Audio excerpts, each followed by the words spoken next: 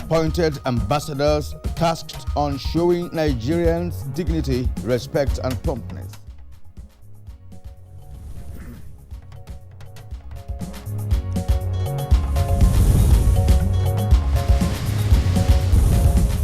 President Buhari writes Senate seeks confirmation of new EFCC chairman.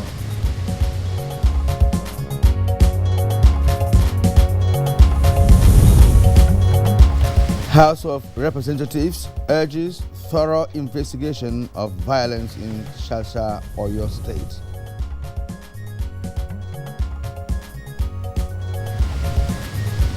And on Good Morning Nigeria today, we shall continue with our conversation on dousing ethnic tension in Nigeria.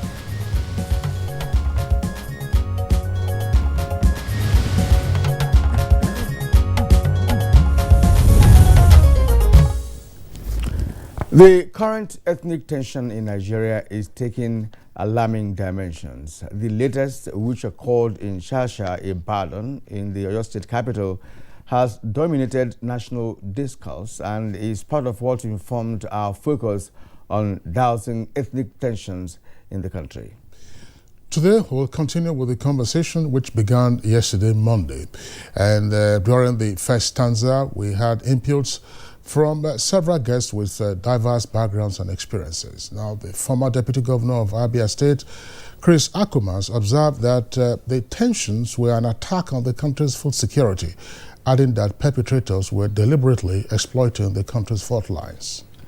Akumas also explained that ethnicity is not being transmitted to the younger generation in love, and the National Orientation Agency must disabuse the minds of the youth against divisive tendencies, recalling that leaders of the First Republic bequeathed a legacy to the country because they loved Nigeria, and perpetrators of criminality must face the consequences.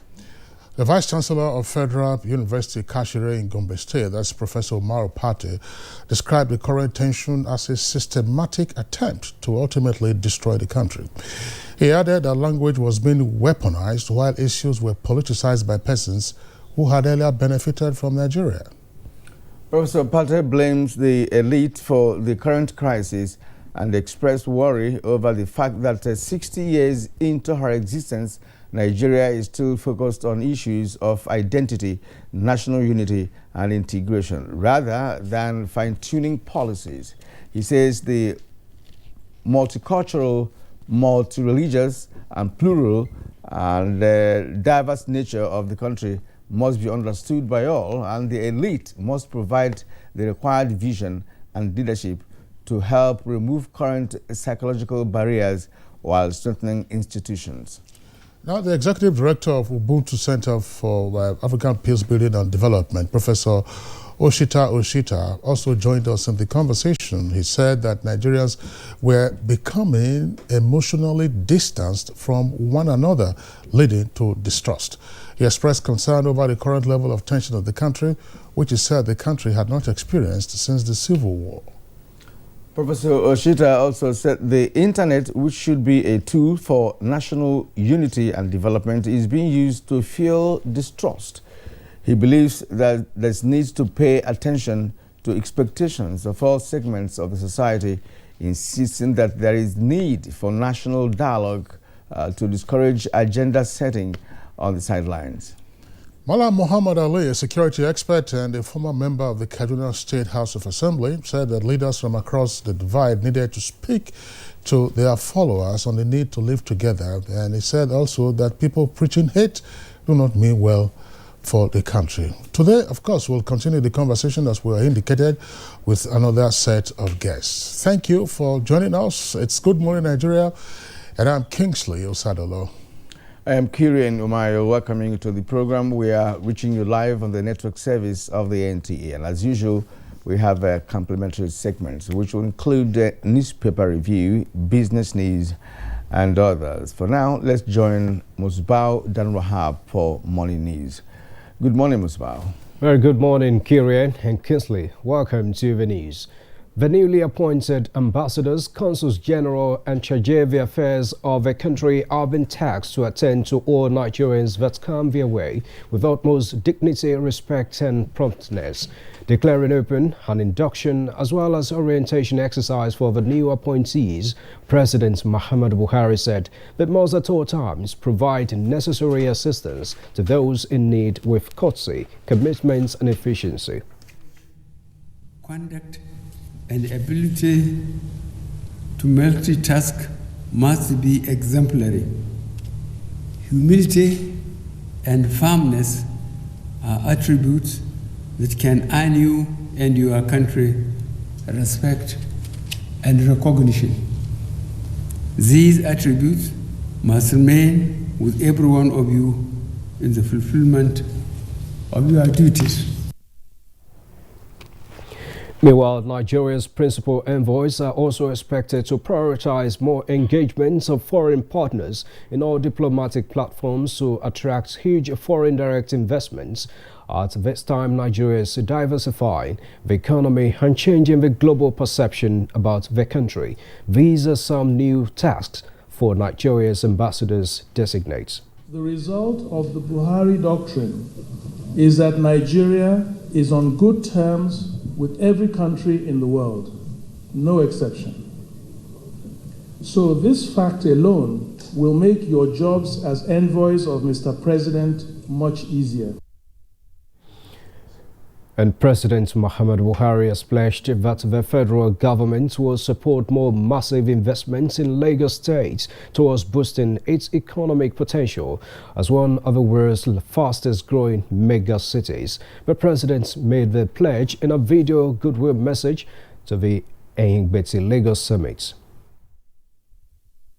Lagos must therefore be very clearly seen as part of the challenges of Nigeria, and the federal government will support Lagos to overcome the challenges and to thrive socially and economically.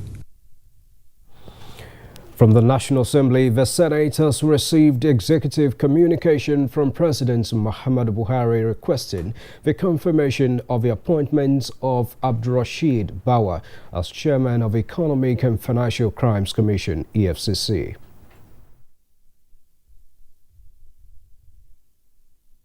Of Abdulrasheed Bawa as Chairman, Economic and Financial Crimes Commission, EFCC.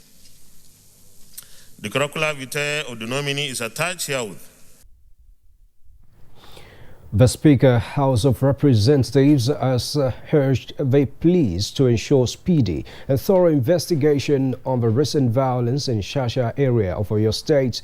It said this is to enable prosecution and punishment of those who instigated and participated in the mayhem.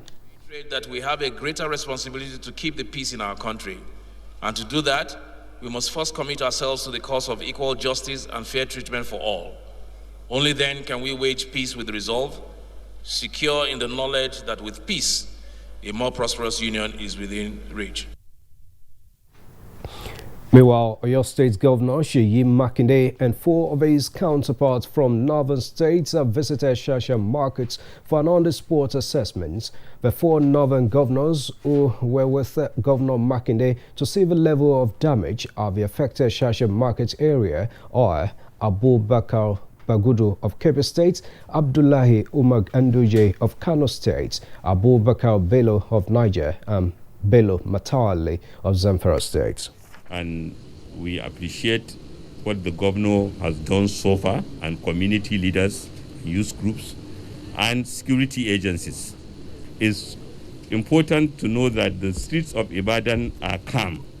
There are no people chasing each other, and people are supporting each other to resume normalcy.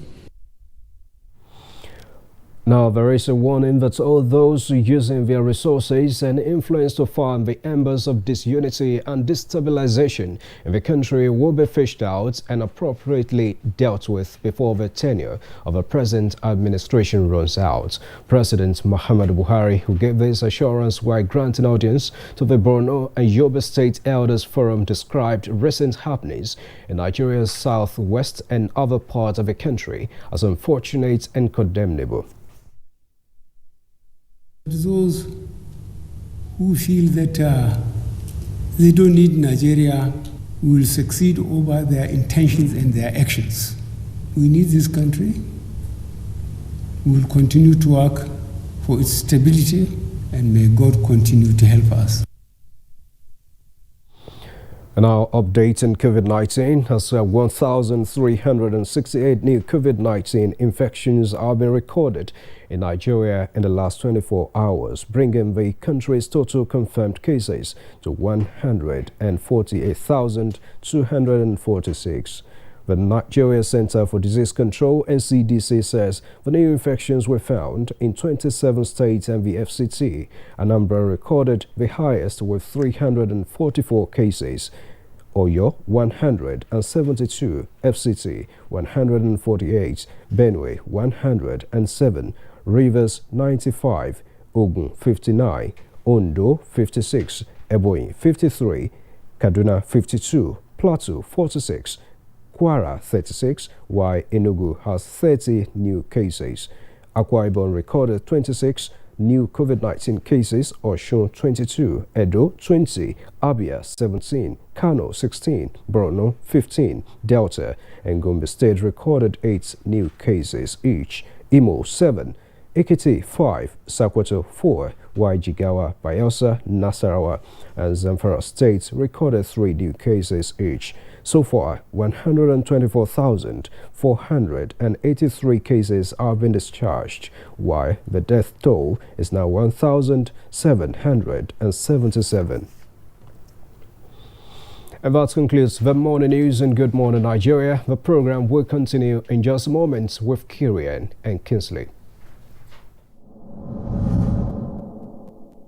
My dear party members, there comes a time when all good people must not only speak, but rise up and get involved in the task of improving their society.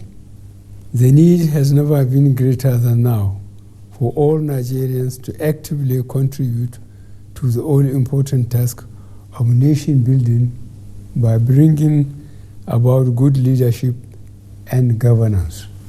For most citizens, their greatest weapon is their vote.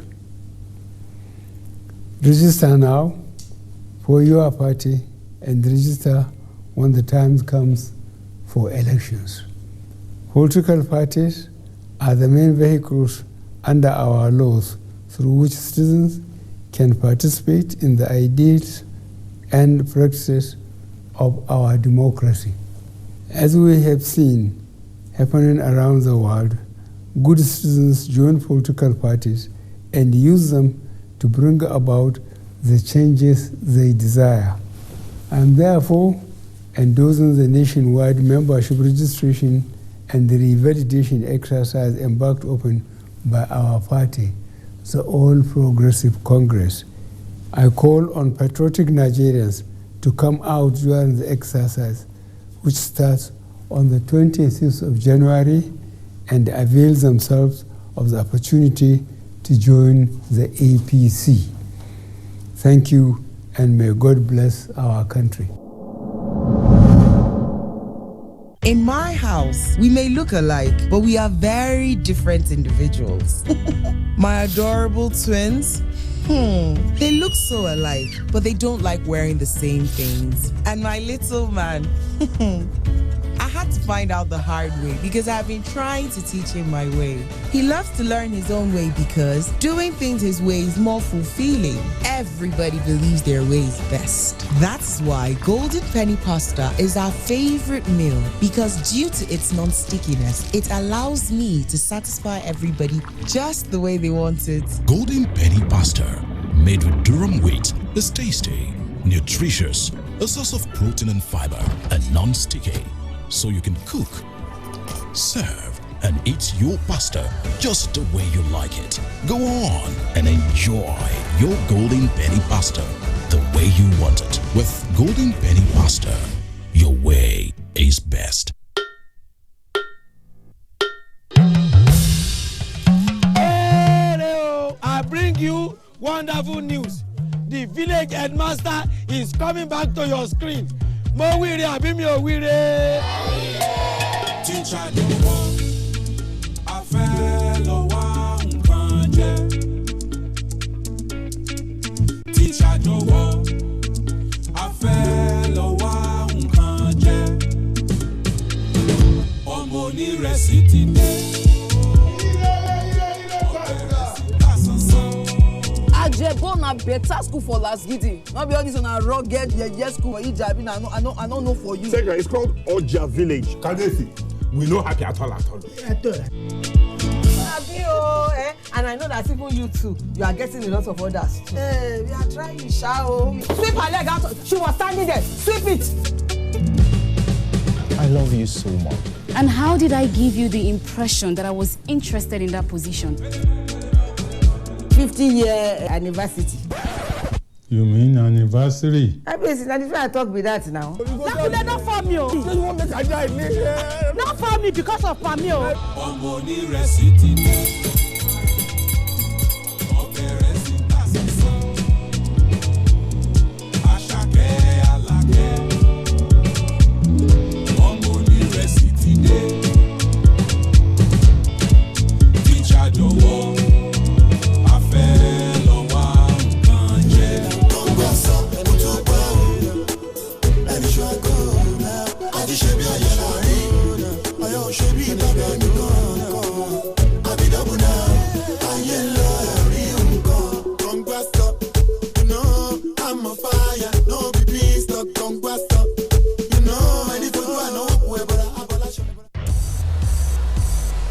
After sharing the spoils in their last meeting, Southampton will be looking to secure all 3 points when they welcome the Blues to St. Mary's. This Saturday, it's Southampton versus Chelsea on the Premier League Live, showing on the network service of the NTA from 1:30 p.m. The Premier League Live is brought to you by Axis Bank, Babai Jebu, Lipton, and Close Up, in association with Gold.com.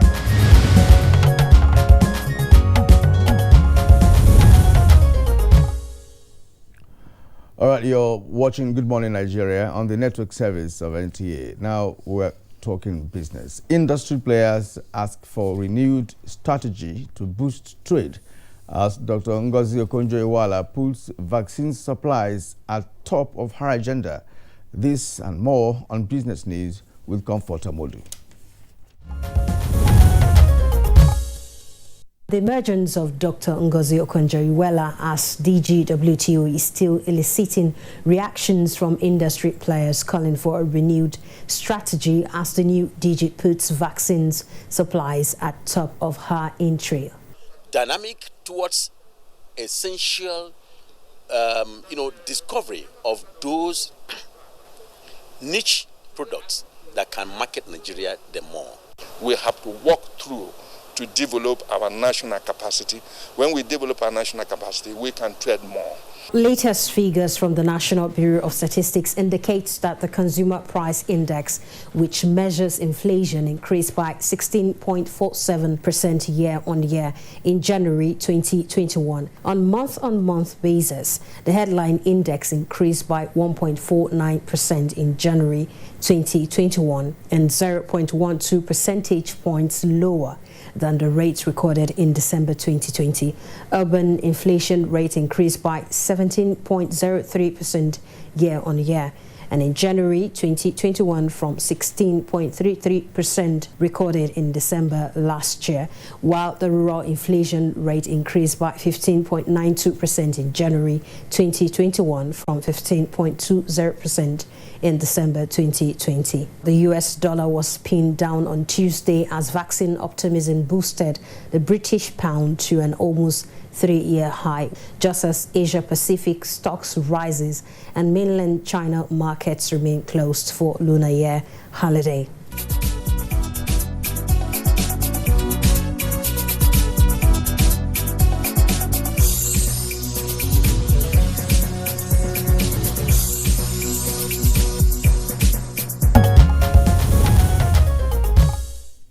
Thank you, Comfort Omodo, for the business package. Coming up now is Newspaper Review.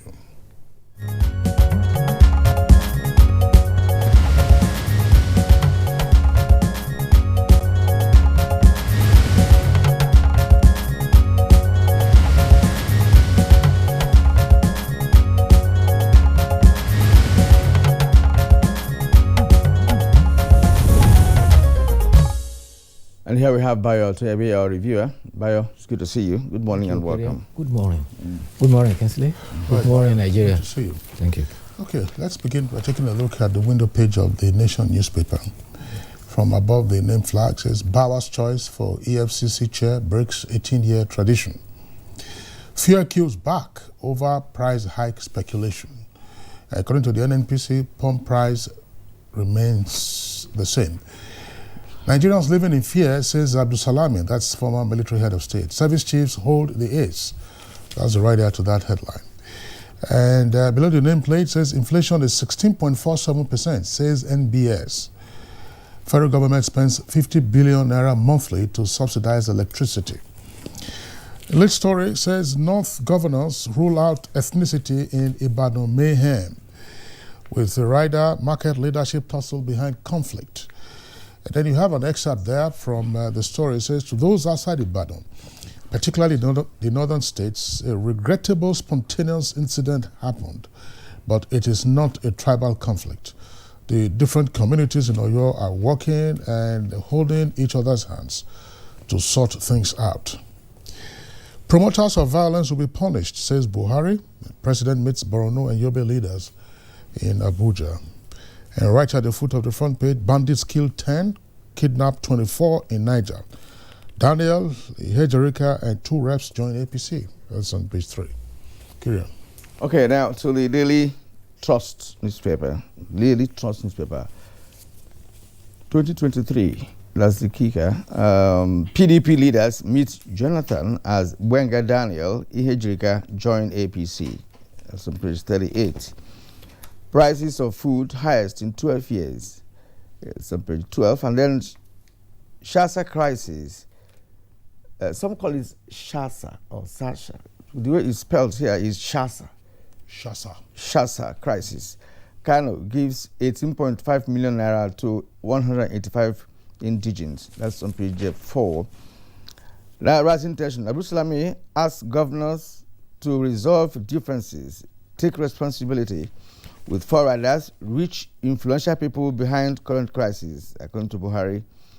Shasa clashes, not tribal war. Governors.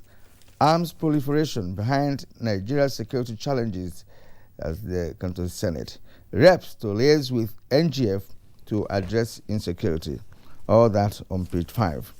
Now, below the photograph here, we have issues as Buhari appoints Bawa EFCC chairman. Federal government spends 50 billion naira monthly on electricity subsidy. That's according to the minister. It's on page 22.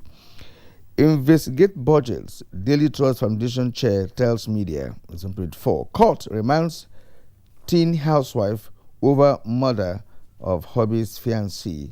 That's on page 29. Yeah, let's begin by it now. Thank you, Kiren. Let's start with the pronouncement by former head of state General Abubakar. He has warned that growing tension in the wake of ethnic crisis could lead to a point of no return. He spoke at Mina, appealing to citizens to remain resilient and patient. The former leader, who is an advocate of peace, said, our citizens who have borne so much pain and suffering, thousands are homeless or refugees, what farmers have faced will make harvest a serious challenge. He therefore made appeals to citizens. He says he enjoins all to rally together to make the requisite sacrifices, remain vigilant, and stand by one another. To governors, he said, tone down your rhetoric and take full responsibility and manage divergent voices and frustrations in your domain. And to the service chiefs and the Inspector General of Police, he says, rise to the urgent demand of best strategy to curb the tragic war seeking to overwhelm the foundation of our dear country. He says, we are in a state of fear and anxiety, but the last thing we need is for the enemy to exploit any sense of lack of unity in our parts and break our ranks. General Abdulsalam Abubakar is the convener of the National Peace Committee. And across in Ogun State governor hosted a meeting in Abeokuta to look for lasting solutions for coexistence between farmers and herders. He was joined by governor of Ondo State as well as governors of Niger, Kebbi, Zamfara, and Kano, who were earlier on in Oyo State capital, Ibadan. Governor Dapo Abiodun lamented that people who had coexisted peacefully for years are suddenly at each other's throats on account of sources of livelihood. He says in coexisting in the past, farmers and herders always found joint solutions to their mutual challenges, and the frictions were sorted out. Other governors who spoke there, all the other governors took turn and spoke, but Governor Ganduje of Kano said herding cattle from north to south must stop and change to commercial herding. The days of traditional herding are gone. He said economic issues are turning to become tribal and religious issues. That won't solve the problem. Federal government should assist to graduate into modern animal husbandry. Earlier, the Onimeko of Imeko said, "We have been living with some Fulani group in peace." Oba Benjamin Onite said, "There is now infiltration. A lot of arms and ammunition have been brought into Imeko Forest Reserve." He called on the government to take over the 600 square meter reserve and put it to use to avoid abuses. Meanwhile, the Senate yesterday considered an amendment to the Firearms Act of 2004 to impose stiffer penalty for anyone who possesses illegal firearms. The bill was passed by the 8th National Assembly but was not assented to. It is now sponsored by Senator Ubasani. It is proposing stiffer penalty to provide for and also provide for destruction of firearms imported illegally and in the possession of individuals. The Senate President Ahmed Lawan lended voice to it by saying that the situation in the nation could be much better if proliferation of illegal firearms are adequately curtailed. He called for the engagement of the executive to resolve all the bottlenecks that saw to the law not being assented in the past. And he emphasized no compromise on stiff penalty for anyone caught with illegal firearms. Bayo, just before you continue, I know you have one or two other stories to talk about. There is a story here on the front page of the Nation newspaper. It's above the name flag. The story says in the headline, "Fuel kills back over price hike speculation. NNPC pump price remains." Now, this is part of the challenge that sometimes you find with the media.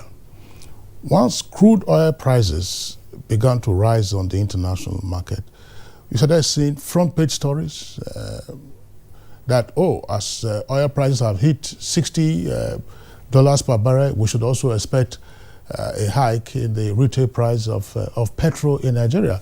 I thought that these were fairly settled issues. Unfortunately, to the extent that our 4 refineries are not working, they are not functioning, and we continue to spend money on them, we therefore rely heavily on imports.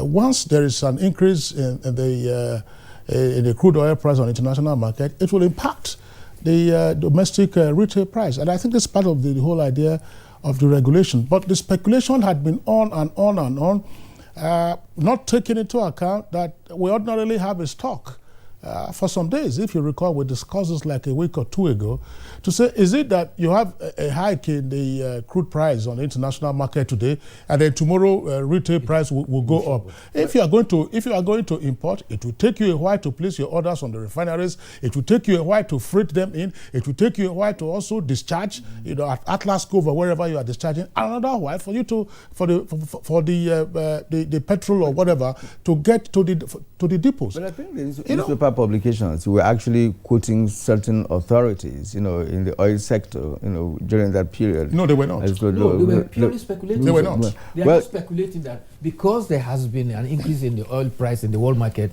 there should be a concomitant new price. Which is normal, because by removing subsidy, it means that the petrol pump price will reflect the world price. But when the NNPC and the other authorities say that the prices have remained the same, there have not been any increase. giving prominence to this speculation tends to create anxiety and tension and panic in what to follow. But one other way of addressing this issue of fear of petrol crisis is the disparity between production cost and the world price market. The NNPC has been making efforts to bring the production cost for oil from $30 to about $10. If they succeed in doing that, it will go a long way. But presently, if you give petrol to NNPC that is exploited in Nigeria at $30 at production cost, you give it to NNPC at $60 at the world price market, it means Nigerians are paying for the margin that is between production cost and that profit margin cost. So unless we do something about that, that thing will continue. The other danger, a corollary to that, is the danger that if we sell our oil at a lesser price than the world market, then the neighboring countries who have been exploiting and from which smuggling of petrol has been going across the border will still continue. So it's a catch-22 situation. Yes, it requires serious balancing to eliminate. To address this very seriously, we have to bring back the 4 refineries in this country and make them functional. And as soon as that is done, I think a part of this problem would have been solved. That's right, Kieran. I agree with you. But in the meantime, what needs to be done is the responsibility of the DPR. If there has been no price adjustment through the PPR mechanism and stations are shutting down their pumps and are not dispensing or are not selling, the DPR should go make example of a few persons and everybody will sit up. The other issue, Kieran and Bayo, relates to this talk we've been having about herdsmen, cattle, open grazing, and so on and so forth. Sometimes, we generate a lot of hot air, and then the real solutions, we abandon them. The point had earlier been raised at some time in the past. Look, cattle herding is a business, and by the way, are the herdsmen or herdswomen the owners of the cattle that they are herding? What is the real value? When you look at the head of cattle, what is the value in that cattle? Where are the owners of this livestock? I mean, you couldn't imagine, for instance, if you look at the profile of the herdsmen, it could be their occupation. But are they the owners of the business? So on the one hand, you will say, look, where are the owners of the business? Why don't you want to invest in ranching? And then, Kieran, just a minute, let me just also add this one that you can come in, I'm sorry. And then, FRS says they are looking for more revenue. What taxes are coming from livestock? The truth is that the herders themselves are not the owners of the cattle in the first instance. And I had a vision to accost one of the cattle owners, and he also made me to understand that even the herders sometimes are very stubborn. They believe in movement. They believe in movement, that it will take a while to convince them that ranching is the way to go. So that's part of it. And he was telling me that in the past 8 months, he has not even seen his cattle. That the last call he had was that they're somewhere in Oyo State. Right, and he was expressing surprise that all the efforts made, to make them understand that there is reason for us to now change the course of the way we do the business has not been able to be hacked by these herders. Cattle herding is a way of life. In the East Africa, among the Maasai, when they attempt to do what we are trying to do now, to win them from the nomadic life, they were resistance. They introduced ranching. Some accepted the ranching, others refused. But along the line, when they saw the positiveness in the ranching, many of them gradually moved over to. So we have to start here. Unfortunately here, the idea of ranching was proposed. While it was being embraced, some of the proponents of ranching now turn around to say there's no land for anybody who is going to ranch. So this is causing the problem. And another argument is that the cattle herding is a private business. What is the business of government about cattle herding? But it is causing problem in the nation, and something has to be done about it. Ayo, thank you very much for your perspective. If you were to use the agency principle in law, you would say that the herdsmen are agents. Where are their principals? Exactly. We're just talking, everybody's just talking, hey, this are herdsmen. Where are their principals? And the principals, they have something to do about it. If they take a stand on what should be done, the herders will obey. Precisely. they will obey. And Niger State has shown an example. We had the SSG of Niger join us on the conversation sometime last week. I don't know, Kira, you and I were on set. And he said what Niger State is doing in terms of, if you like, the rudimentary stages of large-scale ranching. And it's beginning to pay off. But where are the owners of the livestock?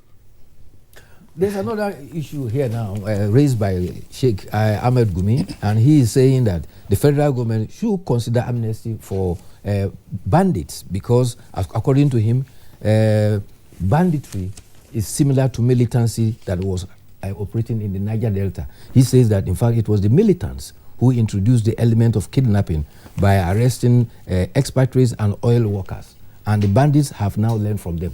If, therefore, there was amnesty for militants, there should also be amnesty for bandits. And he's saying are the bandits willing to down their arms and ammunition that have been acquiring over time? Are they prepared to do that? That's very important. We recall what happened in Zamfara. Yes. There was such negotiation. Yes. Right. What happened? In Zamfara's case, those who accepted the amnesty were part of it. Those who refused, the governor says, those who refused will face the wrath of the law. They are waging war against them. But Sheikh Gumi is saying that if you look at them, 10% of the herders are not criminals. They are living, rather, it's the reverse. Those who are criminals are just about 10%. 90% of them have nothing to do with criminality, but they will have to take up arms to defend their cattle from being rustled. And that is why you have the proliferation of arms. Well, these are issues that we'll continue to address, but it's not auguring for the nation, especially in the southern part of the country. You know, who are now started seeing cattle herders with AK-47, and you see, in that circumstance, people are not safe in those areas. And that's why you have all this tension here and there. And that's part of the reason why Governor Otomba Benue was saying that, look, let private individuals, farmers or whoever, also bear AK-47, so that it becomes a case of march. That is to say, mutual assured destruction. Exactly. In some communities, some people are coming up. Militants are growing. Militancy is growing in some communities. As leaders, I think we should find a solution to the problem, rather than saying everybody should pick up arms and then we start shooting one another. All right. Bye, Toyobe. It's always a delight having you today. Thank you. I know you probably didn't have time to watch football matches last night, but of course, for those who are real lovers of soccer, you would have seen how PSG made a barbecue of Barcelona. Yes, they were 4 goals to 1 at home. Lovely Mbappe. That's the kind of football I enjoy. In fact, it was a big blow against the almighty Barcelona. Big time. Yeah. Bye, we'll see you again tomorrow. It's Good Morning Nigeria, live on the network service of the Nigerian Television Authority. We're taking a short break now. When we return, we're getting ahead with part 2 of our conversation on dousing ethnic tensions in Nigeria. The counsel of our fathers. I will urge and advise our younger generation to use talent and brain to sort out problems, not arms. Nigerian youths, let's build our nation together.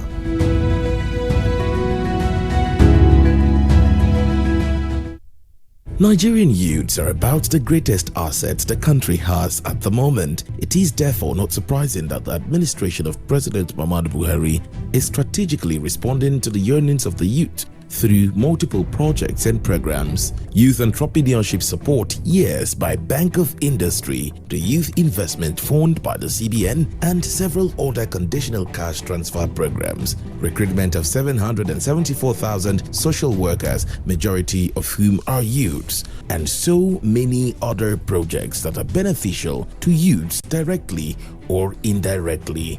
If the administration can do all this, definitely with a degree of patience and time, it can achieve more. Nigerian youths must come together to say no to terrorism, no to vandalism, and no to all disruptive tendencies. Hashtag Youth for Greater Nigeria. Pacifying the youths, unifying the nation. These days, people get their news and information from more media sources than ever before. Some of the news and information given are fake, unverified, doctored, and manufactured to create confusion, stir disaffection, and cause disunity. Before you believe or share any news, ask yourself, is this real? Is it from a credible source? Is it verified or verifiable? Fake news is dangerous, whether you do it for fun or for political gains. Real people can get hurt. Fake news, don't create it, don't spread it. This is a public service announcement from NTA. The second wave of the coronavirus COVID-19 pandemic is upon us. To safeguard lives of our people, government has signed the health protection regulations, which makes wearing a face mask mandatory in public places. Wear a mask, keep social and physical distancing, avoid crowded places, wash your hands regularly with soap and clean water, and use hand sanitizer. COVID-19 is real. Do not be infected. Do not spread it. This message is brought to you by the Nigerian Television Authority, NTA. After sharing the spoils in their last meeting, Southampton will be looking to secure all 3 points when they welcome the Blues to St. Mary's. This Saturday, it's Southampton versus Chelsea on the Premier League Live, showing on the network service of the NTA from 1:30 p.m. The Premier League Live is brought to you by Axis Bank, Babai Jebu, Lipton, and Close Up in association with Go.com.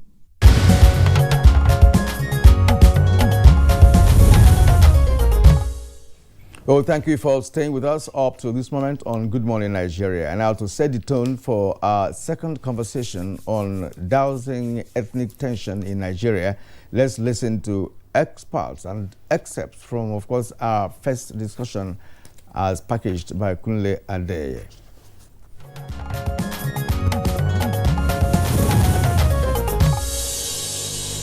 Go to school together, play together, from various ethnic groups, from various religious background.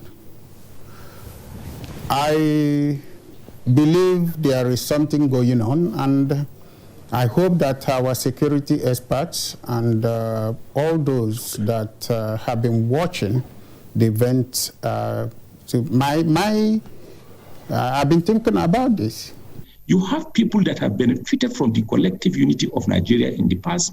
They now come out openly, confidently, and boldly in newspapers or on the social media or even on some of our regular radio and television stations and say things that are bare lies, that are incorrect, and also say things about ethnic groups that do not have facts on.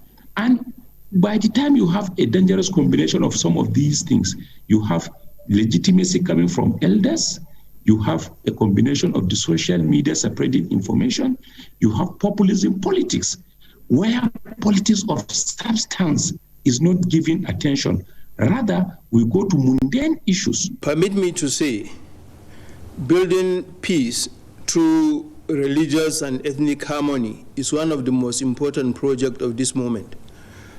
Leaders from all across the divide need to come together and speak to their respective followership in order to embrace one another with a view to living together in peace and in harmony, regardless of the differences in ethnicity and diversity. We cannot move forward if we don't clean up the mess that happens. Architects of violence, architects of violent conflict are not sanctioned in this country. Once they do whatever they do, soon they will be let free. Nothing happens to them. So in that sense, violence has become a business.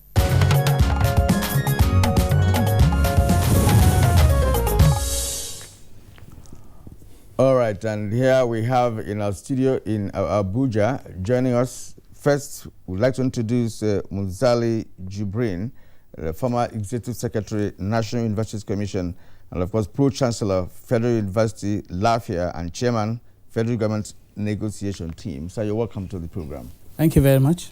And also here in Abuja is Biodu Adeni, Associate Professor of Mass Communication, Bayes University. It's good to have you this morning. From our Enugu Network Center, we have Joy Ezilo. Joy Ezilo is Professor of Public Law, University of Nigeria, Nsukka. Madam, it's nice to have you here with us today this morning. And good morning, Nigerians. All right, and of course, from Maiduguri, we have Garba Abari. Garba Abari is the Director General of the National Orientation Agency. Sir, good morning and welcome to the program. Good morning, Kerian. Good morning, Nigeria.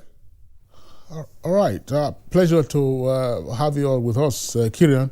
Yeah. Just to streamline the designations, Munzali Jibril is a professor. Biodun Adeniyi has also moved upstairs, is now a full professor. And no longer associate. No longer associate. And Joy Ezilo, of course, who's joining us from our Enugu Network Center, is of the Faculty of Law at the University of Nigeria, Enugu campus. Kirian, of course, I know we are a chief from Enugu, and your people will be very delighted to hear that, we have a campus. I say we have a campus at Enugu. All right. Of course, Gaba Abari, Doctor, is Director General, National Orientation Agency from our Maiduguri Network Center. Well, yesterday we started this conversation on dousing ethnic tensions in the country. We just would like to have your own perspectives on what you consider to be the fundamental drivers of tension in the country along our usual fault lines, namely ethnicity and religion, despite what we see every day. People from different ethnic backgrounds go to the same market, live on the same premises. When the Super Eagles or other of our national teams are playing, nobody remembers who or where she comes from. But a little spark often causes a conflagration. A Muslim gets into conflict with a Christian, and then the entire place is set ablaze. A northerner gets into conflict with a southerner, and the entire place sets ablaze. What, in your view, before we get into what needs to be done, are those fundamental drivers of the play on our usual fault lines? Let's begin with Professor Munzali Jibril. Thank you very much. Well, it would appear to me that poverty and the economic challenges that people are facing would be considered as one of the major triggers for these ethnic tensions. Also, I think politics may not be exempted because as people prepare for the next election, there is a lot of impatience for that time to come so that power may change hands. And that could be an underlying trigger as well. But the most disappointing factor for me is you see people who are supposed to be educated and supposed to understand what a nation state entails. When we say we are all citizens of one nation state, it is taken for granted that we have the right as citizens to live and work wherever we want without any let or hindrance. When you see glorified thugs giving quick notice to individuals, communities, and families to leave their so-called area, that negates the concept of nationhood. Because if you are a citizen, you should have the right to live. Of course, if you are a criminal, the law should deal with you, whatever your ethnicity, whatever your status. But it is not for an individual to take it upon himself to give you a quick notice. And then you see there is complicity on the part of the whole community, because nobody challenges this individual, and it is as if everybody is complicit. This is wrong. People should remember that we are so interwoven and so interrelated that an action in one part will trigger a reaction in another part. And in the end, what is the outcome? Is that what we want? We want to live as a peaceful nation. We want development. We cannot have that if we keep stoking ethnic tensions. Thank you. All right, thank you. Let's bring in Professor Joy Ezilo in Enugu Center. Madam, what are other causative factors, do you think that is triggering, ethnic tension in Nigeria?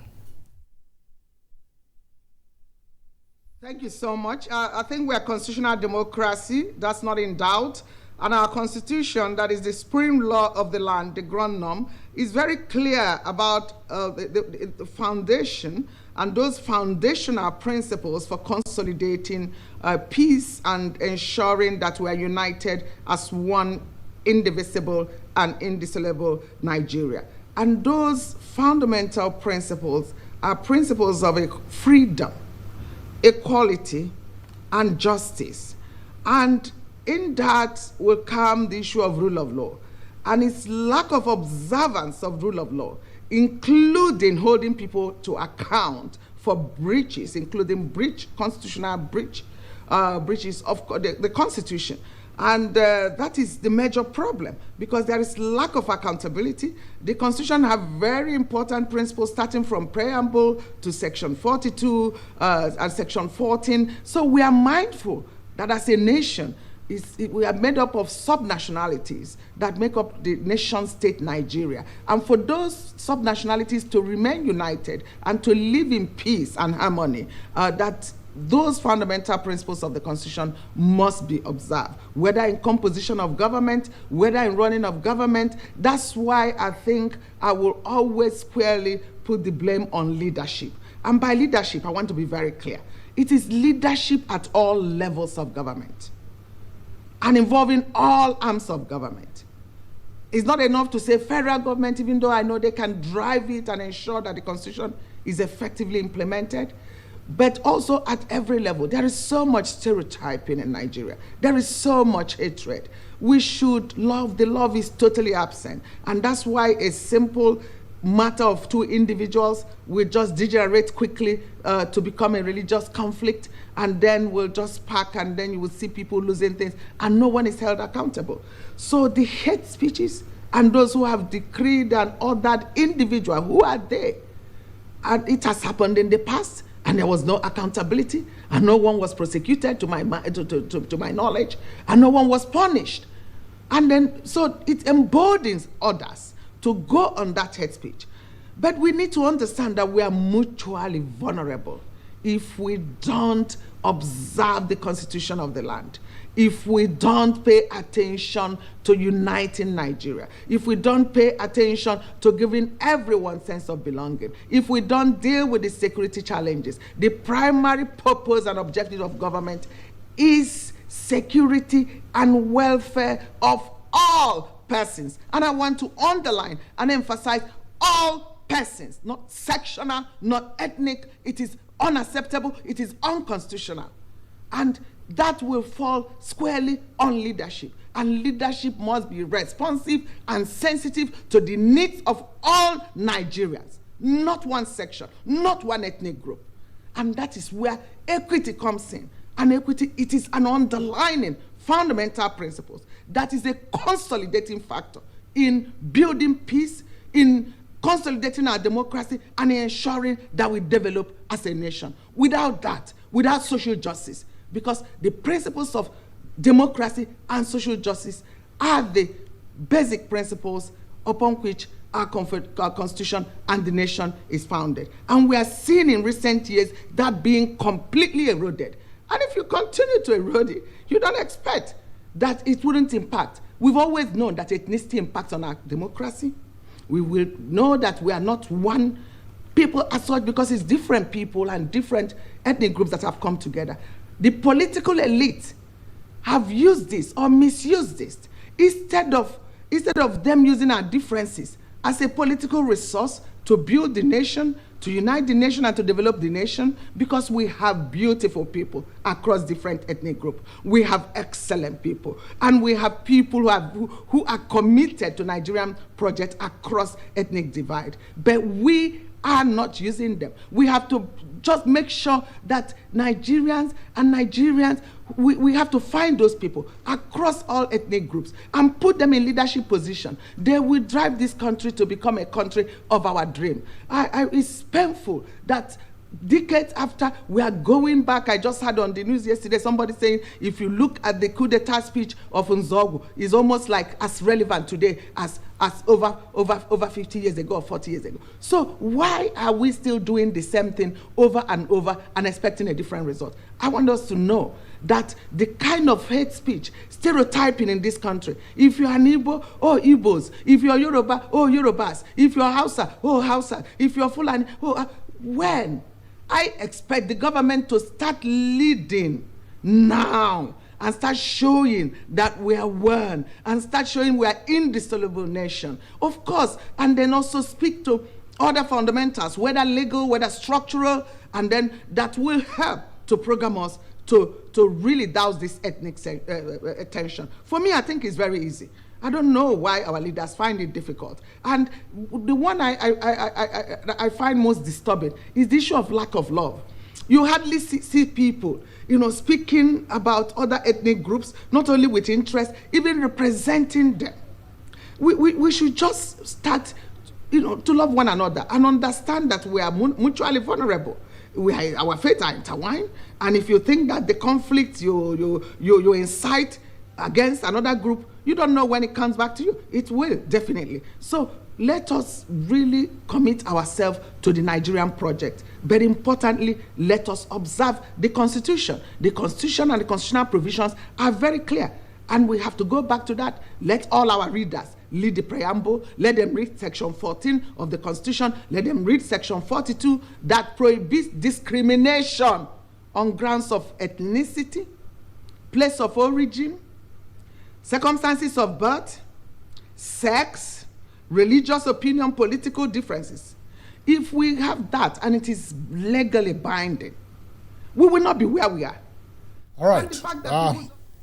Professor Joy Ezilo, thank you very much there for your opening comments. We'll return to you in the course of the conversation. Now back to Abuja headquarters studios, Professor Abiodun Adeneye. Let's have your own comments on what you think are the fundamental constitutive factors of our seemingly unending ethnic and religious tensions.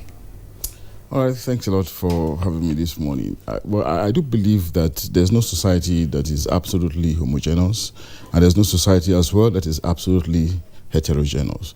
It's always one of management and the creativity and the ingenuity that you deploy into the management of diversity. And if you look at Nigeria, for instance, Nigeria shares a commonality with some other African nations in terms of diversity. Togo, Democratic Republic of Congo, and Chad to some extent. But these other nations are also very diverse if you look at their population relative to their ethnicity. There's a commonality among them in terms of economic challenges. Then let's go out of Africa to Canada and United States of America. These are essentially they look phenotypically similar, but they're also diverse countries in terms of there being a conflation of ethnicities as immigrant entities. But of course, you consider the way they have managed their diversity very well, because of their advancement in economics and because of the way they have paid attention to economic development. So there's a relationship, no doubt, between poverty and ignorance, and the inability of systems to manage diversity, leading to crisis and tension, as the case could be. And it leads me to the point that Prof made, that poverty is essential to it, like you said, but apart from poverty, it's also the question of ignorance. But ignorance is even much more fundamental if it is crass ignorance, because crass ignorance gives you this belief, give you a sense of disbelief about civilization, about life, about existence. So you value life less. And because you value life less, you now think that you can also take the life of others, alongside yours, because your life has become relatively insignificant. So crass ignorance is, of course, a function of poverty, but also a function of long years, of annihilation. Long years of being externalized, from the power loop, from the economic loop of the country, of a society, making you look like a downtrodden, or a downtrodden as the case may be. Now, and that's why we see this tension when it comes up is often amongst the downtrodden. Those who are near nihilists, who probably does not have, who are not able to appreciate life.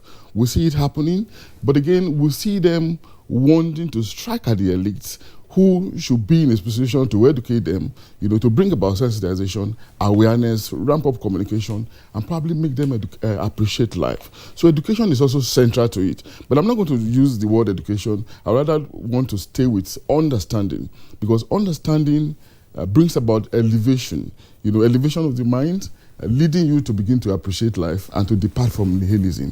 So our problem in this country, first is poverty, then second is crass ignorance, and the other variant of it, which is crass ignorance. But how do we deal with it? In the immediate circumstance, what we need is sensitization, the creation of awareness, we need to be pastoral, perhaps like Professor Zelo was saying, about preaching tolerance. But when there's a void in this, it creates, that belief in these people that perpetrate violence, that violence is an art, it's a reason for them to live, because they've been processed into a system of nihilism, consciously or unconsciously, over the years. So our problem can be dealt with. It's not something that is out of the world. Other nations have managed diversity. We need to understand, like I said earlier, there's no homogeneous diversity. There's no complete homogeneous. There's no system that is completely homogeneous, and no system that is completely heterogeneous. It's one of management. And management is founded on tolerance, on the preaching of tolerance, the creation of sensitization, so we can decrease ignorance, and overall, maybe in the future, work on limiting poverty, as the case could be. All right, thank you. It's time for us to go over to Maiduguri, where we have Dr. Garba Abari. Dr. Abari, you are in the field, considering your portfolio as the DG of the National Orientation Agency. May we have your own reasons, why you think the nation is now facing fear, anxiety, and tension?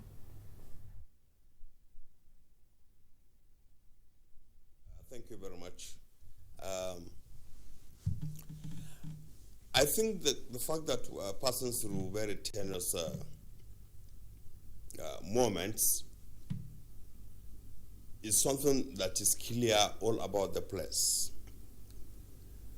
Whether ethnic, whether religious, whether cultural, whether political, the country is passing through very disturbing moments. And this is one of the things that has taken the National Orientation Agency to the field. But I agree with both Professor Biodun and Professor Munzali that the causative factors are mainly poverty, ignorance, and crass ignorance, which has pervaded the land completely over the years. And of course, because we have completely, for 3 decades or more, as a nation, failed to invest in human security,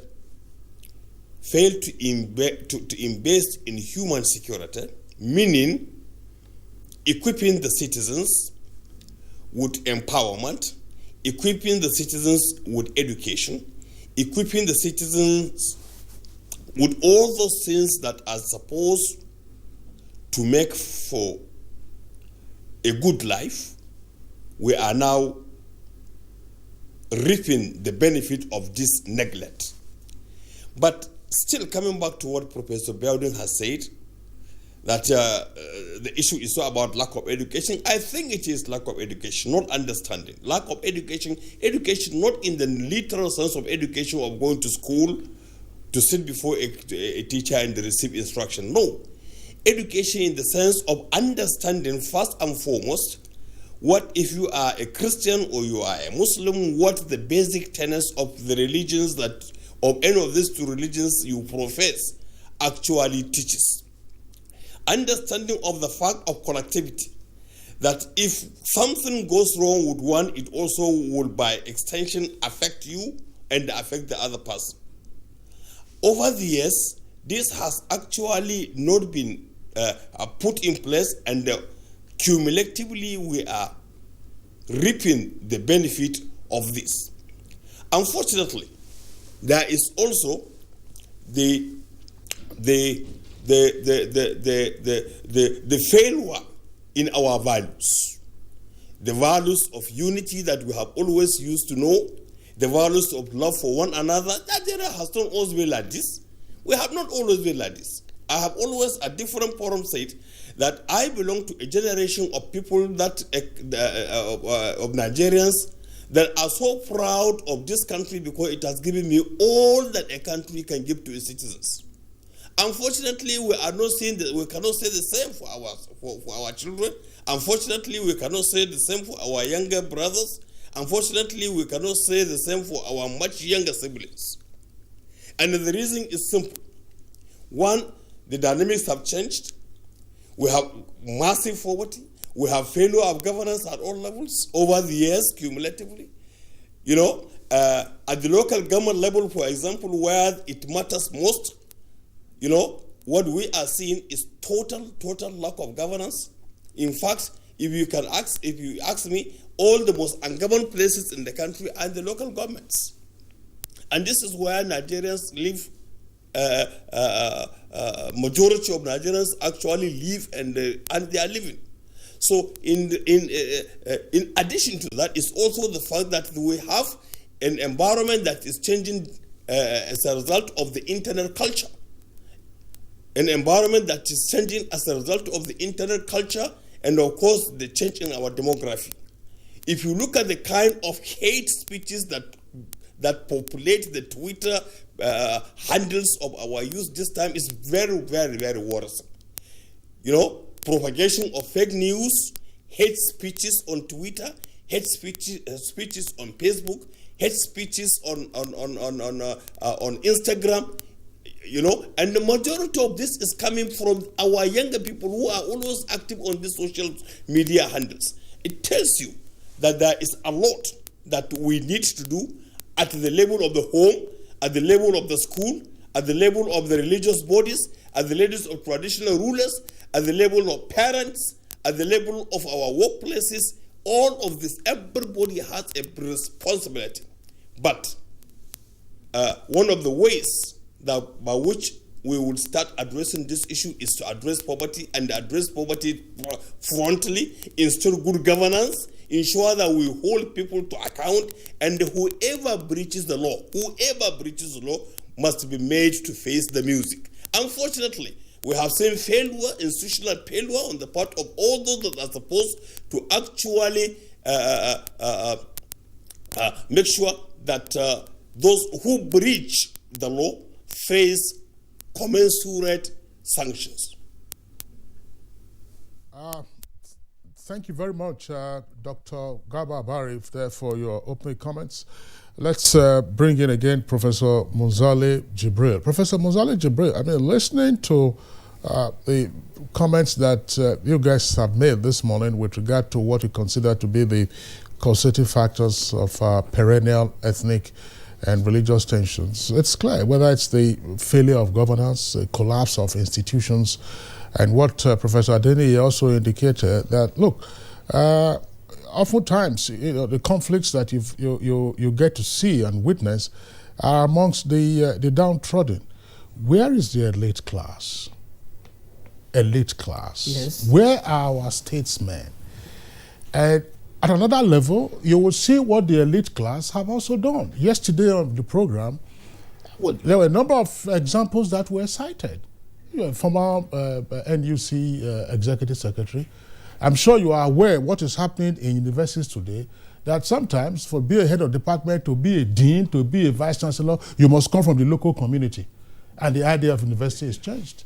In some civil service institutions in the country, you may be employed if you are a non-indigent, but there is a glass ceiling beyond which you cannot rise.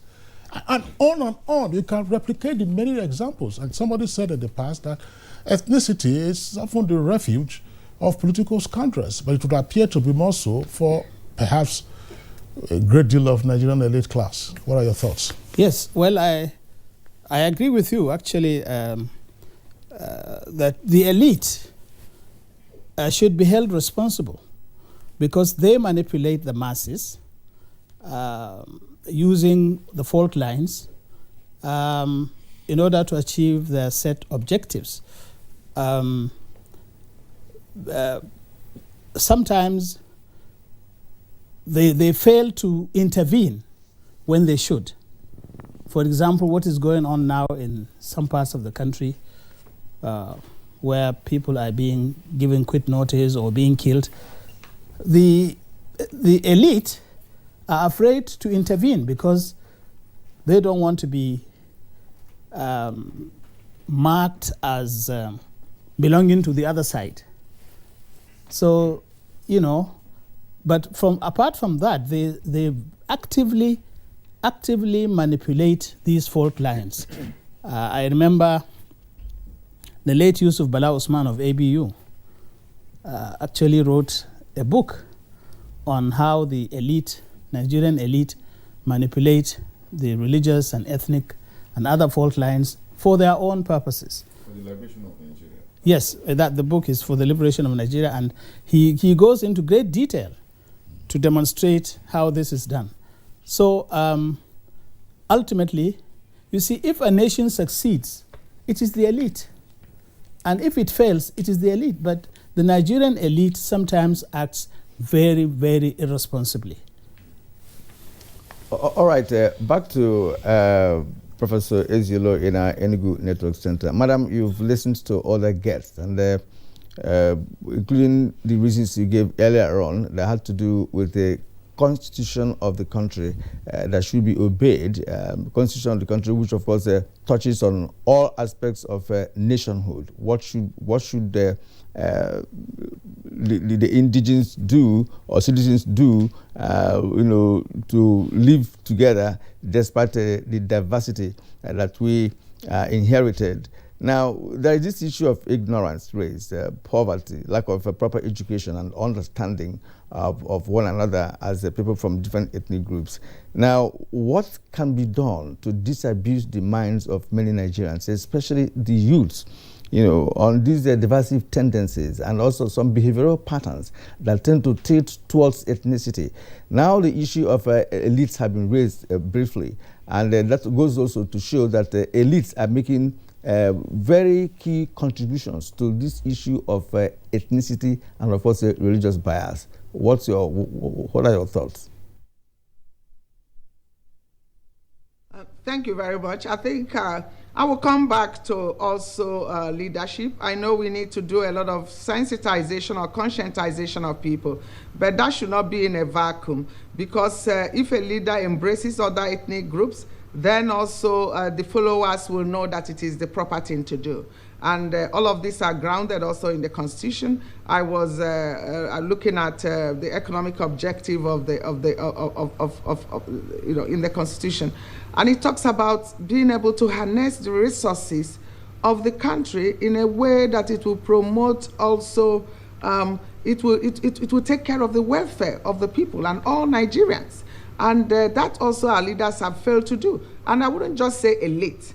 I want us to know that it is political elites and politicians that are making it. Their priorities are totally different from the realities and the priorities of our time.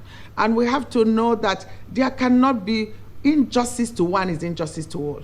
And there cannot be this, we cannot minimize or douse this ethnic tension in the manifest face of ethnic discrimination, hate, stereotyping, and lack of accountability for those who promote violence. Violent acts must be punished.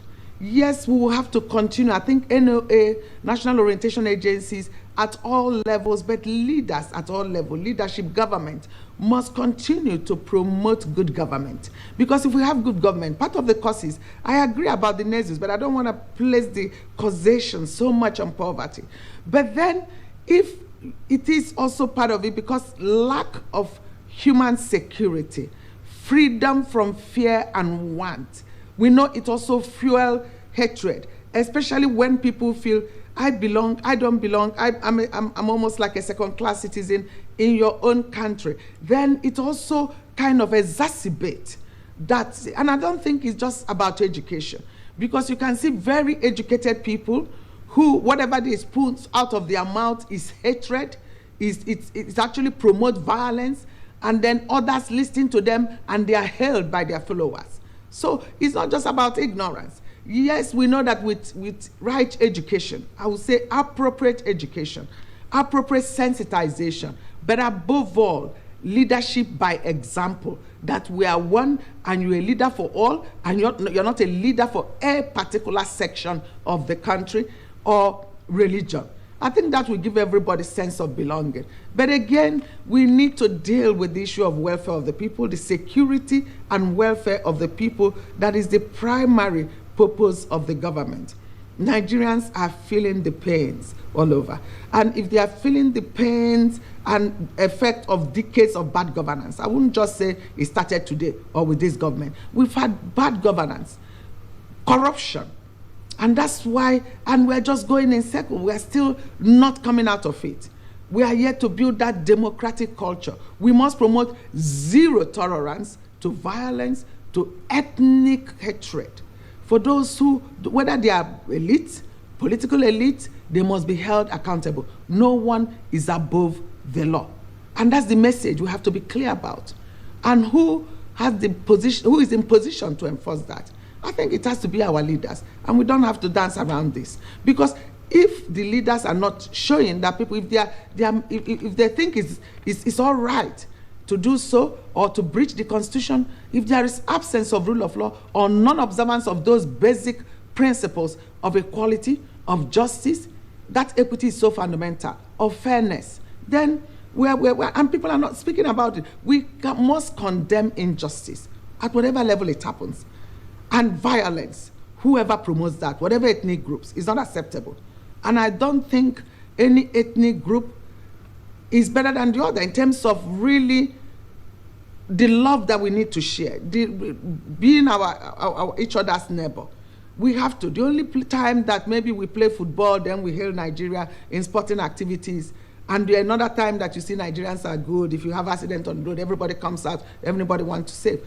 But we must treat each other with respect, with dignity. We must stop the stereotyping. Because if you see what our children say these days, you find that some of them are already so biased that this stereotype is run deep into the fabric. And we need to start the deconstruction of that and promoting that love, that we are one nation, that we are one people. But that will require a lot of structuring, including restructuring.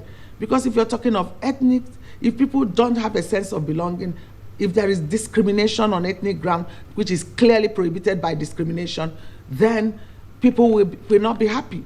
And with that unhappiness and a feeling of not belonging, it will continue to heat up the polity.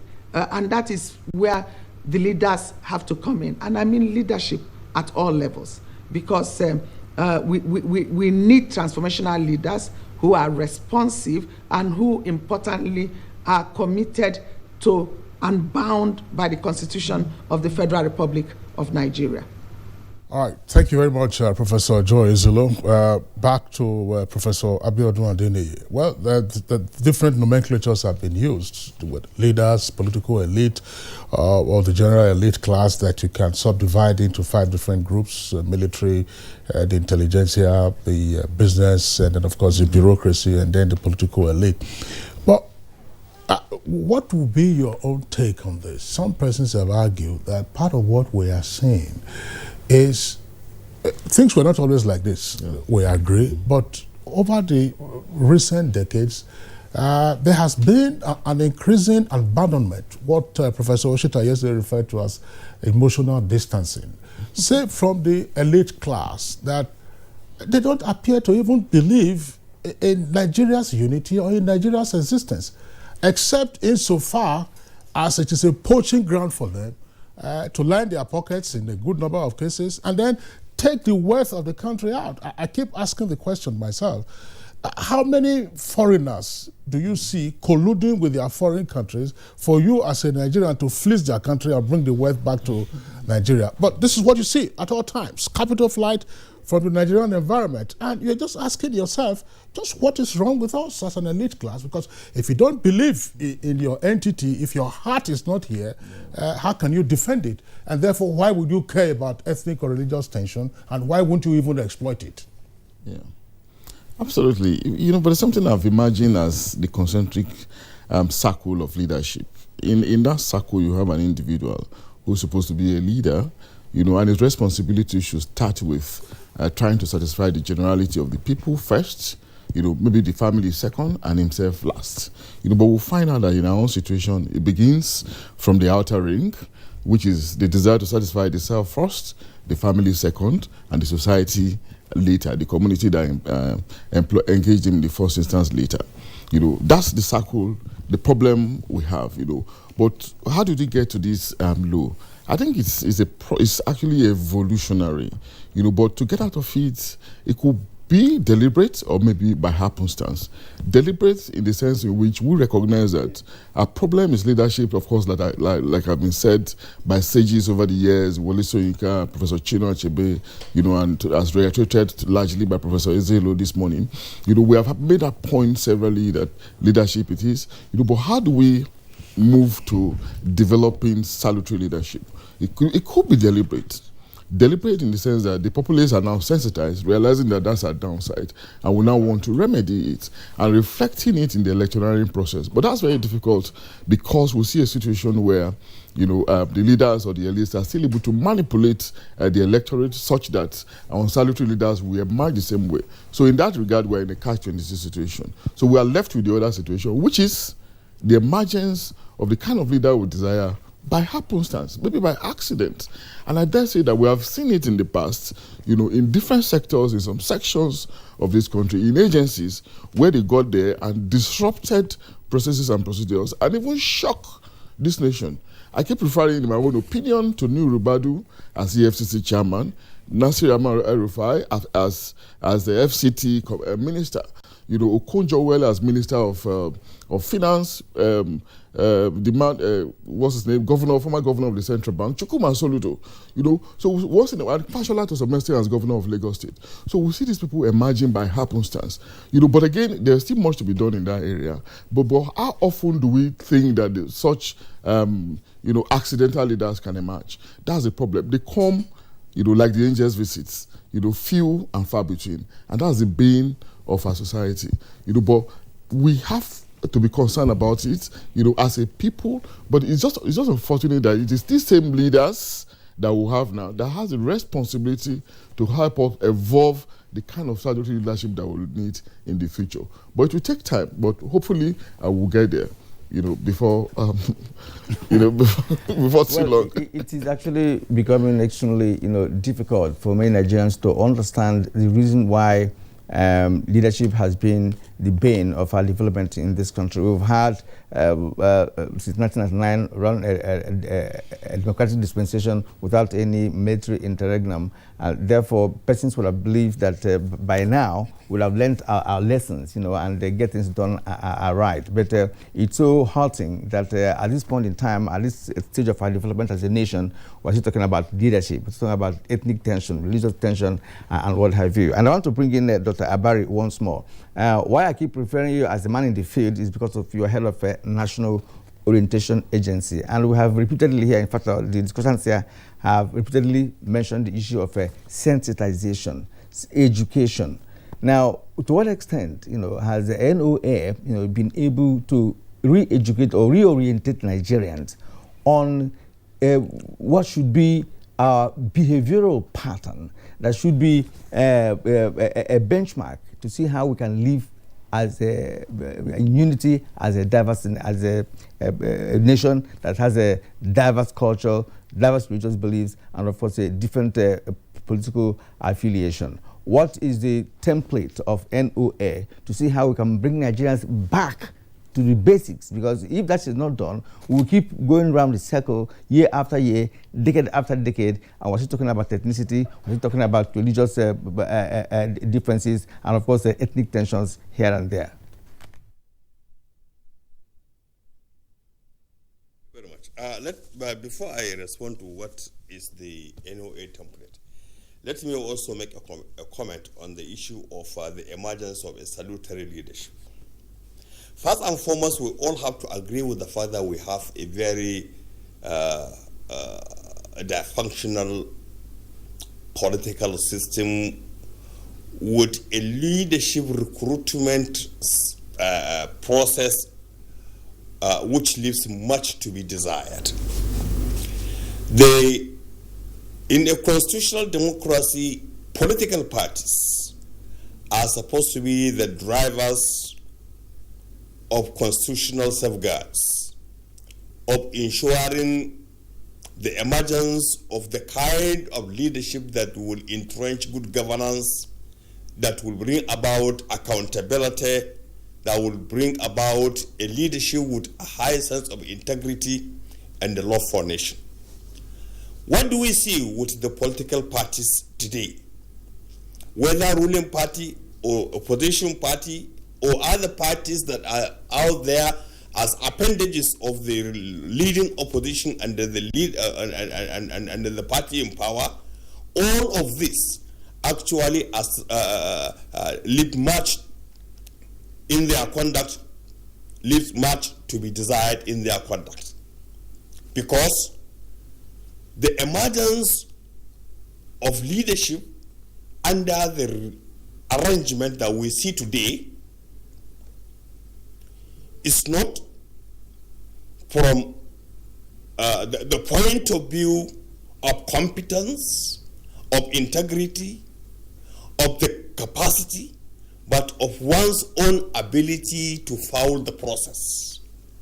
And that is why the political space has been allowed to kidnap us. The political space has been allowed to drug peddlers. The political space has been allowed to be populated by those who have pleased the country, either as bureaucrats, either as businessmen, either. And of course, this has become a very big issue which all of us as a people must have to begin to address by asking the relevant question. I particularly will be interested in knowing who is going to be the councillor in my ward. I will be interested in the kind of person that will emerge as the chairman of my local government. I will be interested in the kind of person who will become the governor of the country. I will be interested in knowing who the president will be. And because I have that interest, I will also know actually how the parties are going to present such candidates to emerge. But this is not what is happening. This is not what is happening. And therefore, all of us as citizens are culprits as far as that issue is concerned. We are all culprits. Now, coming back to the issue of the template of the NOA. The NOA has so many templates. One, we have what we call the permanent dialogue mechanism, under which we bring people together, most especially our critical stakeholders and the allies. The media, NTA in particular is one. The media, the civil society organization, religious organizations, religious leaders, traditional rulers, women and the youth group under the local government assembly template. This is the permanent dialogue mechanism, and we talk to people about, especially when elections are about to happen, before elections will happen. Don't sell your vote. Don't anybody who comes to buy your vote, don't sell your vote, because selling your vote will involve selling your right to good governance and to provision of services for the duration of the time before the next election. Then, on the other side, don't buy the votes, meaning that you talk to the politicians. But what do we see? What do we see? Politicians come to buy the votes, and of course citizens are willing to get the votes. And the reason is simple. This transactional relationship between the voter and the the candidate. This transactional relationship between the voter and the candidate is actually made possible possibly because of two things. One, the very little that the voter will get from selling his vote would probably be the only link that he may have between him and the candidate until the next election, because his place is Alangaband. He will never even come to the candidate, near the candidate, or he will never even see the candidate after the elections have been conducted and a leader has emerged. So in this respect, you find that transactional relationship becomes actually the order of the day. And we have been synthesizing. The point here is, it is very difficult, really, unless we are able to get leaders with conscience, leaders that can devote themselves to the All right, Dr. Abari, we would like to thank you for your comments. There's going to be a follow-up once we return from this short break for you to address much more directly the part of the question that my colleague Kirian posed to you. You're watching Good Morning Nigeria on the network service of the Nigerian Television Authority. Let's take a short break now. Although social media as a channel of communication is inherently harmless, it becomes harmful and damaging when used without discretion and thoughtfulness. Bad social media users spread rumors and fake news without verification. But good social media users stop, reflect, and verify information before sharing it. Be a good social media user. Stop the spread of fake news. Verify the authenticity of your source and use social media responsibly for a better Nigeria. This message is brought to you by the Nigerian Television Authority, NTA, in collaboration with the National Orientation Agency.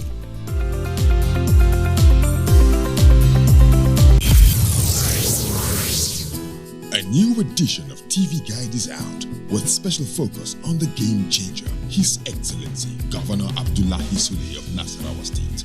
Broadcasting in a digital economy, Maxwell Lobo gives an insight. This edition also features Nancy Naji of AIT, a name synonymous with business. Meet the NCDC boss, Dr. Chikwe Ihekweazu. TV Guide, your indispensable companion, also x-rays the relevance of social media in the modern society. Meet some TV professionals who have impacted their spaces and other inspiring stories in sports, entertainment, and lots more. Grab a copy at the vendor near you or NTA stations nationwide. TV Guide, your indispensable companion.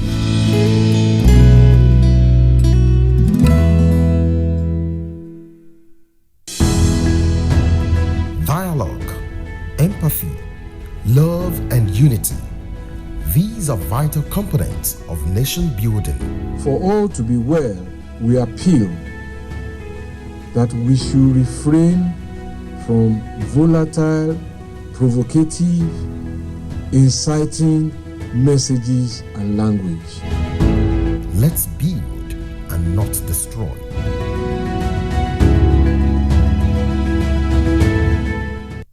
The broadcast media ecosystem is dynamic and requires continuous training for practitioners to perform optimally. NTA TV College Jaws invites relevant officers to the following specially packaged training programs. Intermediate online news reporting skills. Date 1st March to 12th March 2021. 2 weeks. Studio lighting indoor and outdoor. Date 1st March to 5th March 2021. 1 week.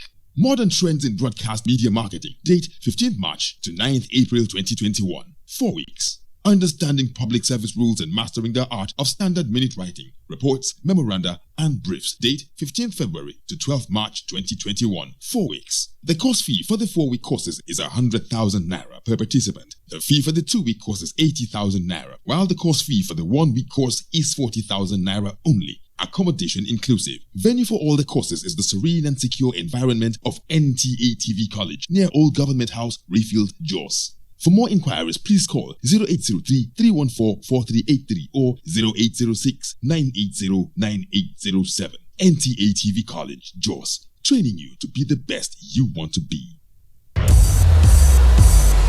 After sharing the spoils in their last meeting, Southampton will be looking to secure all 3 points when they welcome the Blues to St. Mary's. This Saturday, it's Southampton versus Chelsea on the Premier League Live, showing on the network service of the NTA from 1:30 p.m. The Premier League Live is brought to you by Axis Bank, Babai Jebu, Lipton, and Close Up in association with Gold.com.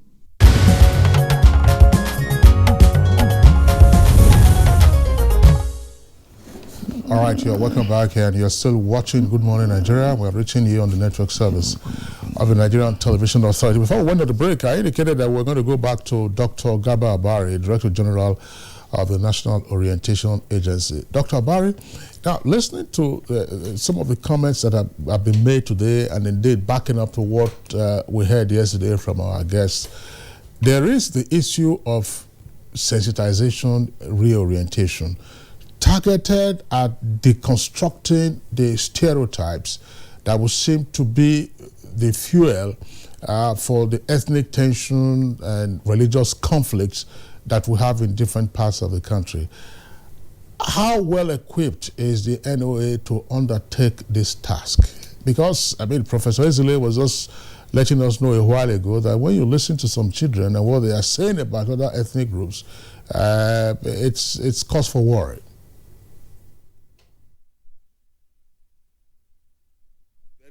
And of course, that is very true. And of course, I also made allusion to that. That if you follow the social media handles, and you see the kind of hate speeches that is being spewed on the different social media handles, it gives you a lot of worry. Now, the NOA, as you know, is a very well structured organization. It has offices, 813 offices around the country. Perhaps it is one of the most widely spread organizations in the country, with a staffing strength of nearly 5,000 people. Majority of is personnel driven from a drone from the local communities. So in that sense, therefore, they speak the local languages. They are rooted in the culture of the people and the tradition. And of course, there are senior officers that have been trained in sensitization. Messages that emanate from such people tend to be of credible sources, because they are messages that are being carried out and disseminated to the people in the languages that the people do understand. We have the permanent dialogue mechanism that I have spoken to you about. We have the building a people of peace that is at the moment being carried out all over the country in the state capitals, and by the end of 3-4 days, such messages will dovetail to the local governments.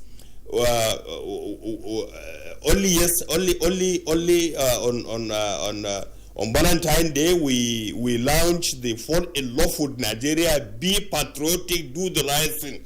And of course, I as the DG of the NOA, wrote a letter to all the chief imams and the pastors of this country to read at their sermons and during the services on Sundays to their followers on the need to eschew religious intolerance, and of course to be patriotic and to love this country because it is the only country we have. And of course, these are some of the things I do. But coming to how equipped, I do not know what you mean by equipment, how equipped we are actually handicapped, very much handicapped because of lack of resources to traverse the entire length and breadth of the country and address 200 million people and more. But definitely within the limits of its realities, the NOA has templates, had programs, had platforms, and has also partners, that it engages. It helps, for example, this partnership to fill in the budgetary gaps. Only some few minutes ago, you played one of our jingles. This is a partnership with the NTA. And we have such partnership with many other organizations that actually come in to help and to take the burden of our budgetary inadequacies. By and large, sensitization is something really that takes a lot of resources. You want billboards, you want airtime in media houses, you need to travel, you need to take messages to the campuses, you need to take messages to mosques and churches, you need to take advocacy visits to traditional rulers and religious leaders, you need. All of these things actually require sufficient resources. Of course, we are not saying that all the resources we require must be provided, but something that will actually make for this very important national assignment at a time like this should be provided. First time in Ebola.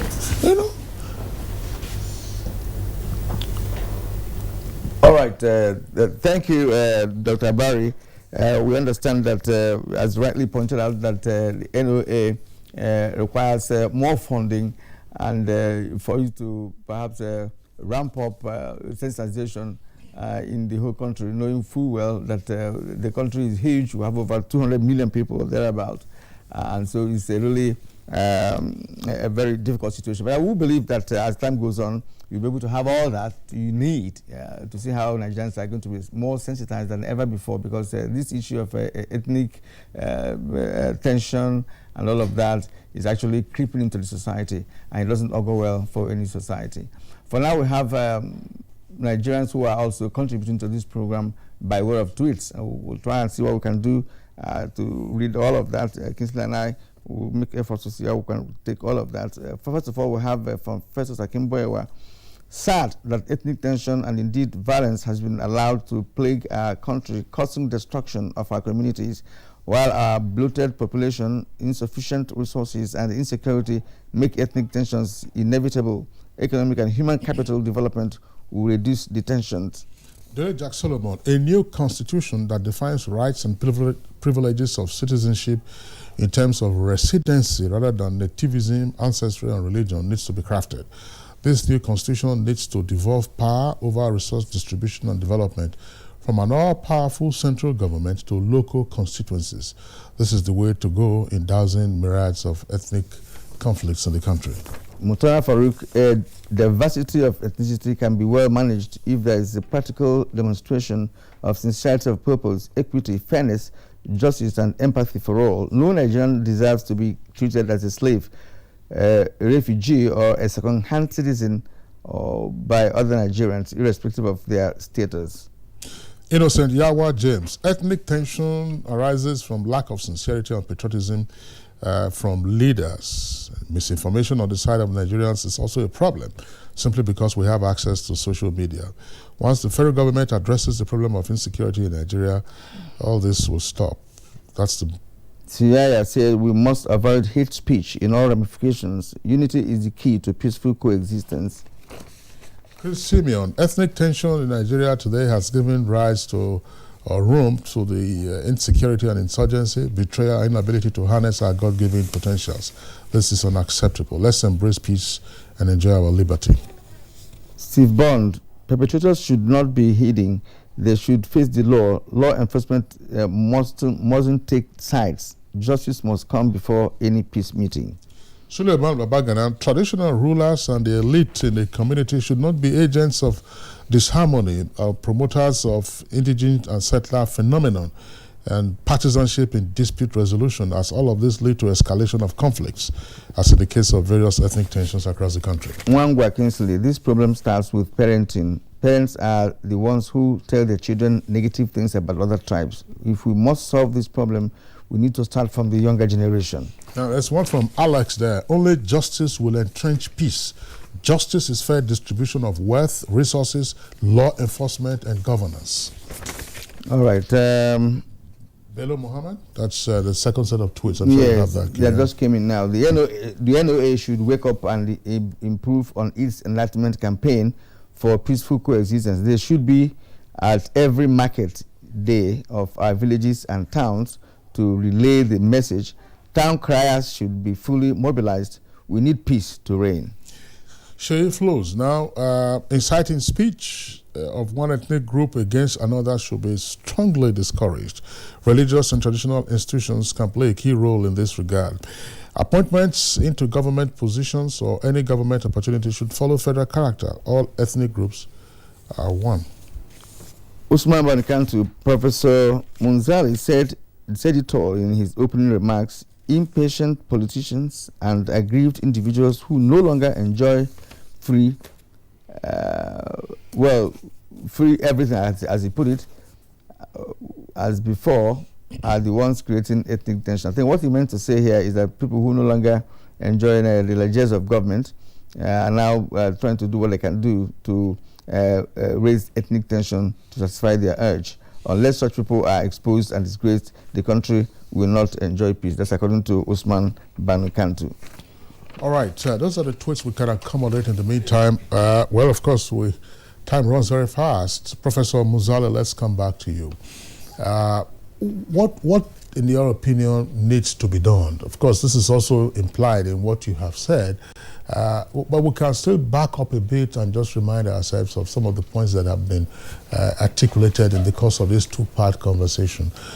60 years down the line as an independent country, and we are still swirling around the issues of how to be united, how to be tolerant, and so on and so forth. And as Professor Omaro Patrick pointed out yesterday, at 60, we ought to be thinking about higher order things that could, of course, be a source of remedy for the level of poverty in the country. But we are still apparently bolted down by these primordial issues of where does it come from, where doesn't it come from, where do you worship, whom do you not worship, and so on and so forth. What do we need to do so that we can eject ourselves from this unhelpful mode? Thank you very much. I think one obvious thing is to devolve power, resources, and responsibilities to the lower tiers of government and decongest the center. Because part of the frustration is everybody's eyes are on the center and on the power that the center has. So the competition to access that power is so fierce that, it leads to ethnic tensions. If you decongest the center and send resources and responsibilities to the states and to the local governments, I think this will go a long way in dousing the tension. The second thing is our leadership recruitment process, which Dr. Abadi touched on. It's very faulty. And the way we are going, maybe it will take 100 years before any significant changes can be effected in the polity. Because you see, imagine you want to be governor of Edo State now. If you are not sponsored by the outgoing governor or some other godfather, you don't stand a chance. Look at the last election. If you want to assess the candidates on their own personal merit, probably the best candidate was Dr. Mogalu in terms of ideas and probably the capacity to deliver. But he didn't stand a chance because he didn't have the right platform. He didn't have the money to be able to reach everybody. And the system has cannot accommodate him because he has to be, you have to come through the normal system to be sponsored by an existing political party or arrangement. And that means you can't change anything. When you come through that process, you will just continue to maintain the status quo. Somebody mentioned, I think it was Professor Adeni, when by happenstance we had people who emerged and disrupted the system with positive outcomes. Right now, we have the governor of Borno State, Zulum. I think he's one of those who emerged by happenstance, and he's disrupting the system. He's different, but we wait to see whether the system will flush him out, because he doesn't belong, and he's not interested in a second term or maintaining the status quo. But you can see how many attempts to kill him have been made, and we think it is Boko Haram, but don't be surprised that they may be acting in collusion with people on this side, because he is a threat to everybody. So we need to do something about the leadership recruitment process. We need to liberalize the electoral process to accommodate independent candidature. And we need to do other things to make it possible for people who can come out of nowhere to disrupt the system to be able to access power. Thank you. Well, thank you. Let's return to Professor Joy Ezilo once more. Madam, let's get your closing thoughts at this point in time. What are the remedies? Some people are calling for national dialogue. We have such thing in the past, but perhaps they didn't address the issue we are discussing this morning. So what, in your opinion, should be done for us to see how we can get back to basics and, of course, get things done right? Thank you. Yes, we don't need another national conference, definitely. I participated in one 2005, and it was one I gave it all for 6 months, sitting down, doing this. 2014, we did it. We have all on papers, and we have also a constitution, not a perfect one, but we can build on it. We need constitutional and electoral reform. I need my vote to count. What is the value of people's vote? We have right to participate in the government of our country. It's a recognized right internationally and even nationally. But that must, for it to count and have a value, it must be through free and fair election, which we've been grappling with. I recall even in 2005 in the National Political Reform Conference, we were presented with electronic voting machine. We voted it down in the end. It didn't happen.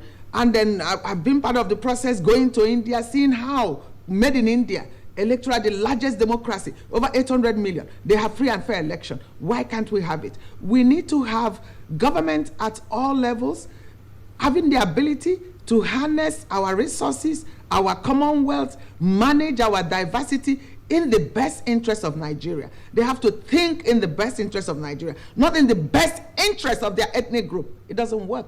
Nigeria, so long as you have leaders thinking in the best interest of their ethnic group, there will be this competition for power, there will be this agitation for restructuring, there will be the agitation for devolution. If we govern well and in the best interest of our people, in a way that gives meaning to the security, the primary purpose of government, then nobody will even care at a stage which ethnic group is in power. Because whoever is in power is following the constitution, is governing for all, and is making sure that everyone, no one is discriminated on grounds of ethnicity. We know, as it were, ethnicity impacts on our democracy and stall our development as a people. And we need to overcome this. And for us to overcome it, it has to start with periodic, free and fair election. Let the power of our vote count at all levels of government, including the level closest to us, local government. So as we do, they are doing constitutional review again. It's a process that has become even annoying. We go through this, and at the end of the day, we don't even have value for money and resources that has been put into this process, because nothing comes out of it. Thank you very much, Dr. Joy Ezilo. Let's also get the closing thoughts of Professor Abiodun Adeniyi. Professor Abiodun Adeniyi, let me ask you this question, which you can also use to frame your closing thoughts. Nigeria, in search of statesmen, are we on the right path? Can we produce more statesmen to lead us out of perennial ethnic and religious tensions and set us on the path of regrowth and development? Yeah, I think we can very quickly. But again, it's also important to note that if you look at ideal organizations, systems, and societies, maybe organizations, for instance, they thrive on diversity. They privilege diversity because diversity brings about option. It gives you a range of options and sometimes help you to stabilize where there's a deficiency in any section. That's organization. And because of that, it impacts on the bottom line, leading to profitability. That's the mentality of organization, and that's the mentality of our national team anytime we're going for international matches. The coach does not think about origin or ethnic group, but they think about competence, and that's why we always celebrate it as one, irrespective of our ethnicity. Now, that mentality can also come into politics, but it has to be painstakingly worked at, and that's what we see manifesting in a country like the United States, where a president can be, somebody can be president, and the son can later become president as well. Where somebody can be, a husband can be president, the wife can also seek to become president. Nobody talks about origin, but it talks about efficiency and issue and also issues. So it is actually evolutionary. But before we can realize it, it also has to be painstaking through the instrumentality of conscientious leadership, believing in the future of this country, as the case could be. So the opportunity for statesmen, but those opportunities can come, with somebody designing it, conceiving it for him or herself, knowing that he or she has a legacy to leave, and that legacy has to be left. All right, I'd like to refer to what Munzali, persons that will come and disrupt the system and get things done right. Thank you, the gentlemen and lady. We have come to the end of this particular edition of Good Morning Nigeria. I'd like to appreciate all of you for being here this morning. First, Munzali Jibrin, thank you, sir, for being here this morning. Professor Abiodun Adeniyi, we also appreciate your contribution this morning of the Base University. And Professor Joy Ezilo of University of Nigeria Enugu campus, it's nice talking to you this morning. Thank you for reaching us all the way from the cool city. And also Dr. Garba Abari, the DG of the National Orientation Agency, who spoke to us from Maiduguri. It's been a pleasure talking to you this morning. All right, Kirian, of course, that does it for us today on Good Morning Nigeria. We thank you for tuning in. We are back tomorrow, same time, 7 in the morning. And Kirian, perhaps maybe we can just advise some of our political players and then read up the history of Germany and the role of Otto von Bismarck, Italy as well, what you saw with Giuseppe Garibaldi. These were fractious societies that were welded together by these persons. Stay safe and be well. I'm Kingsley Osadolo. And I'm Kieran Umayo. Always a pleasure to have you.